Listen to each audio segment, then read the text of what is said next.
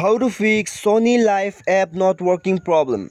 Hey guys, welcome back to 1 million ideas YouTube channel. In this video I will show you how to fix Sony Live app not working problem.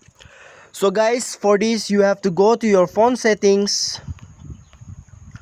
and then you have to go to app management or install app. Here is it. Click on app management, and then you have to search for Sony Live.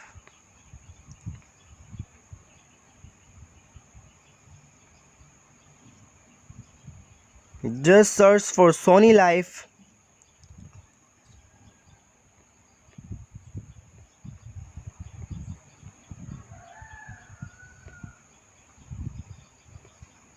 Here is it. Click on Sony Live, and then guys, you can see here storage force stop button.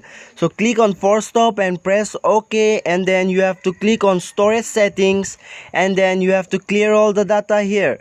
Now clear all the data. Now go back, and then you can see here app permission. Click on app permission, and you have to allow all the permission here.